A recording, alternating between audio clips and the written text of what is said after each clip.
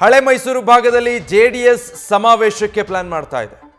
ಹಾಸನದಲ್ಲಿ ನಡೆದ ಕಾಂಗ್ರೆಸ್ ಸಮಾವೇಶಕ್ಕೆ ಜೆಡಿಎಸ್ ಕೌಂಟರ್ ಪ್ಲಾನ್ ಆಗಿ ಸಮಾವೇಶಕ್ಕೆ ಪ್ಲಾನ್ ಮಾಡ್ತಿದ್ರು.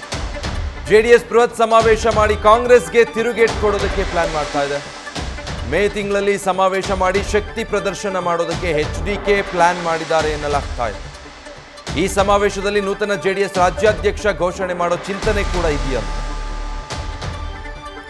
ಡೀಟೇಲ್ಸ್ ಕೊಡ್ತಾರೆ ಈ ಬಗ್ಗೆ ಮಂಜುನಾಥ್ ಲೈವ್ ನಲ್ಲಿ ಜಾಯ್ನ್ ಆಗ್ತಾ ಇದ್ದಾರೆ. ಮಂಜುನಾಥ್, ಜೆಡಿಎಸ್ಗೆ ಈಗ ಒಂದಷ್ಟು ಬೂಸ್ಟ್ ಬೇಕಾಗಿದೆ, ಸೊ ಆ ನಿಟ್ಟಿನಲ್ಲಿ ಯಾವ ರೀತಿ ಪ್ಲಾನ್ ಎಚ್ಡಿಕೆದು ಜೊತೆಗೆ ರಾಜ್ಯಾಧ್ಯಕ್ಷ ಸ್ಥಾನದ ಕುರಿತಂತೆ ಏನ್ ಚಿಂತನೆ ಇದೆ?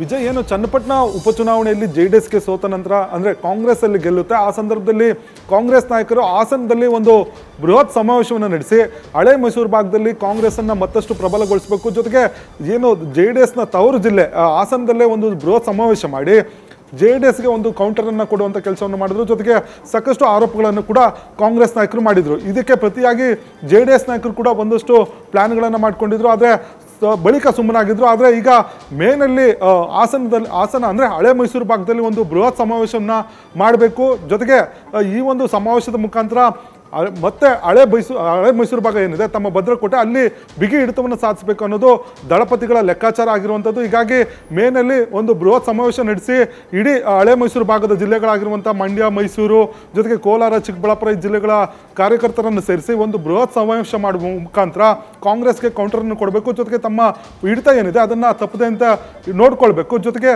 ಮುಂಬರುವ ತಾಲೂಕು ಪಂಚಾಯತಿ, ಜಿಲ್ಲಾ ಪಂಚಾಯತಿ ಚುನಾವಣೆ ಏನಿದೆ ಅದಕ್ಕೂ ಕೂಡ ಪೂರ್ವಭಾವಿ ಒಂದು ಸಿದ್ಧತೆಯನ್ನು ಕೂಡ ನಡೆಸ್ಕೊಳ್ಬೇಕು. ಜೊತೆಗೆ ಮೇನಲ್ಲಿ ಏನು ಜೆಡಿಎಸ್ ರಾಜ್ಯಾಧ್ಯಕ್ಷರು ಘೋಷಣೆ ಮಾಡೋದಕ್ಕೆ ಈಗಾಗಲೇ ಜೆಡಿಎಸ್ ಒಂದಷ್ಟು ಪ್ಲಾನ್ಗಳನ್ನು ಮಾಡ್ಕೊಂಡಿದೆ. ಆ ನಿಟ್ಟಿನಲ್ಲಿ ಈಗಾಗಲೇ ಈ ಒಂದು ಸಮಾವೇಶದಲ್ಲೇ ಘೋಷಣೆ ಮಾಡ್ಬೋದಾ ಅನ್ನೋದು ಲೆಕ್ಕಾಚಾರದಲ್ಲಿ ಈಗ ಜೆಡಿಎಸ್ ನಾಯಕರಿರುವಂಥದ್ದು.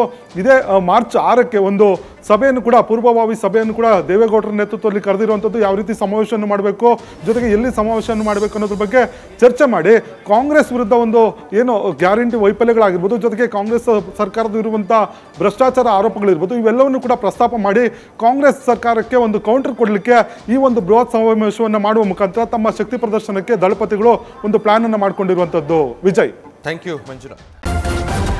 ನ್ಯೂಸ್ ಫಸ್ಟ್ ನಿರ್ಭೀತಿಯಿಂದ ನಿಮ್ಮ ಪರವಾಗಿ.